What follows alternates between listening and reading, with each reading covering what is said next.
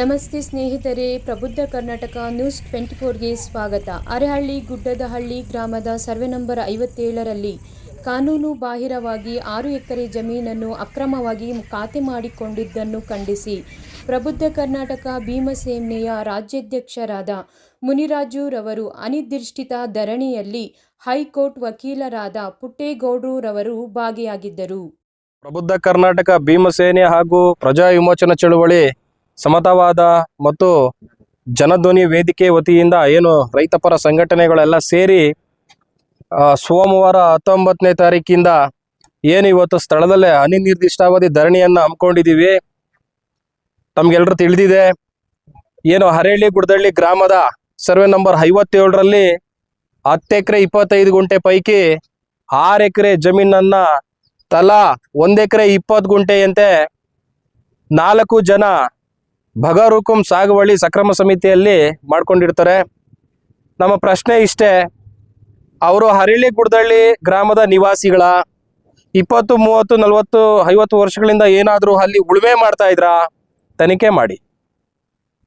ಮತ್ತೆ ಇಶ್ಯೂ ರಿಜಿಸ್ಟರ್ನಲ್ಲಿ ಏನಾದರೂ 53 ಅರ್ಜಿ ಹಾಕೊಂಡಿರೋದೇನಾದರೂ ಬುಕ್ನಲ್ಲಿ ನಮೂದಾಗಿದೆಯಾ? ತನಿಖೆ ಮಾಡಿ. ನಂತರ ಏನು ನಗರಸಭೆ ವ್ಯಾಪ್ತಿಯಿಂದ ದೊಡ್ಡಬಳ್ಳಾಪುರ ನಗರದ ನಗರಸಭೆ ವ್ಯಾಪ್ತಿಯಿಂದ ಎಷ್ಟು ಕಿಲೋಮೀಟರ್ ಇರಬೇಕು ಅಂತ ತಮಗೆಲ್ಲ ನಿಯಮ ಗೊತ್ತಿದೆ. ಅಂಥದ್ರಲ್ಲಿ ಒಂದು 5ರಿಂದ 10 ಮೀಟರ್ನು ಸಹ ಇಲ್ಲ. ಆದರೂ ಸಹ ಇಲ್ಲಿ ಅವರಿಗೆ ಕಾನೂನು ಬಾಹಿರವಾಗಿ ನಿಯಮಗಳನ್ನ ಉಲ್ಲಂಘನೆ ಮಾಡಿ ಅಕ್ರಮವಾಗಿ ದಾಖಲಾತಿಗಳನ್ನ ಸೃಷ್ಟಿಸಿಕೊಂಡಿರುವಂತಹ ಅವರುಗಳನ್ನ ಮೇಲೆ ಕಾನೂನು ರೀತಿ ಕ್ರಮ ಜರುಗಿಸಿ, ಮತ್ತೆ ಇದಕ್ಕೆ ಸಂಬಂಧಪಟ್ಟ ಅಧಿಕಾರಿಗಳು ಏನು ಮಾಡಿಕೊಟ್ಟಿದ್ದಾರೆ ಅವ್ರಗಳ ಮೇಲೇನೋ ಕಾನೂನು ರೀತಿ ಕ್ರಮ ಜರುಗಿಸ್ಬೇಕು ಅಂತ ಸಂಬಂಧಪಟ್ಟ ಅಧಿಕಾರಿಗಳಿಗೆ ನಾವು ಮುಂದಿನ ದಿನಗಳಲ್ಲಿ ಮನವಿ ಕೊಡ್ತಾ ಇದ್ದೀವಿ. ಏನು ಈ ಅಕ್ರಮ ಇದೆ, ಆ ಪುರುಷೋತ್ತಮ್ ಗೌಡ ಎಂಬ ವ್ಯಕ್ತಿ, ಆ ವ್ಯಕ್ತಿ 95, 96, 97 ನಲ್ಲಿ RTC ಆಗಿದೆ.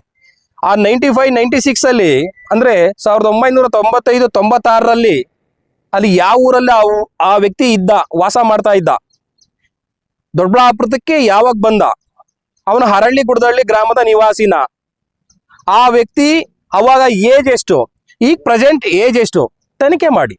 ನಾವು ಅಧಿಕಾರಿಗಳಿಗೆ ಹೇಳ್ತಾ ಇರೋದು, ನಾನು ಮನವಿ ಅನ್ಕೊಳ್ಳಿ, ಎಲ್ಲ ಅಧಿಕಾರಿಗಳು ನಾವು ಈ ಮಾತು ಹೇಳ್ತಾ ಇಲ್ಲ. ಎಷ್ಟೋ ಜನ ಪ್ರಾಮಾಣಿಕ ನಿಷ್ಠಾವಂತ ಅಧಿಕಾರಿಗಳಿದ್ದೀರಾ, ಇನ್ನ ಯಾರು ಭ್ರಷ್ಟತೆ ಇರುವಂತಹ ಅಧಿಕಾರಿಗಳಿದ್ದಾರೆ, ಆ ಭ್ರಷ್ಟ ರಾಜಕೀಯ ವ್ಯವಸ್ಥೆ ಇದೆ, ಆ ರಾಜಕಾರಣಿಗಳಿದ್ದಾರೆ ಕೆಲವು ಜನ, ಆ ಭ್ರಷ್ಟ ಏನೊಂದು ಭೂಗಳ್ರು ಭೂ ಮಾಫಿಯಾ ಜೊತೆ ನೀವು ಶಾಮೀಲಾಗಿ ದಾಖಲಾತಿಗಳನ್ನ ಮಾಡಿಕೊಟ್ಟಿದ್ದೀರಾ, ಕೂಡಲೇ ಸ್ಥಳಕ್ಕೆ ಭೇಟಿ ನೀಡಿ. ಏನಿವತ್ತು ಒಂದು ಅನಿರ್ದಿಷ್ಟಾವಧಿ ಧರಣಿಯನ್ನ 2ನೇ ದಿನಕ್ಕೆ ಕಾಲಿಟ್ಟಿದ್ದೀವಿ. ಸತತವಾಗಿ ನಡೀತಾ ಇದೆ.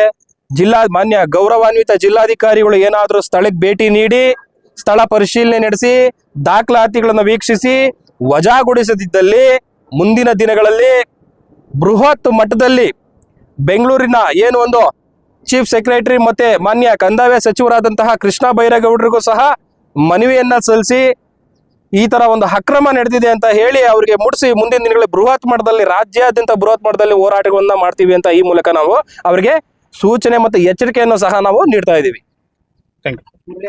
ನೋಡಿ, ಯಾವುದೇ ಒಬ್ಬ ವ್ಯಕ್ತಿ ನಮ್ಮ ಕರ್ನಾಟಕದ ಎಲ್ಲ ಭಾಗಗಳಲ್ಲೂ ನಾನು ಈ ಒಂದು ವಿವರಣೆಯನ್ನ ಕೊಡ್ತೀನಿ.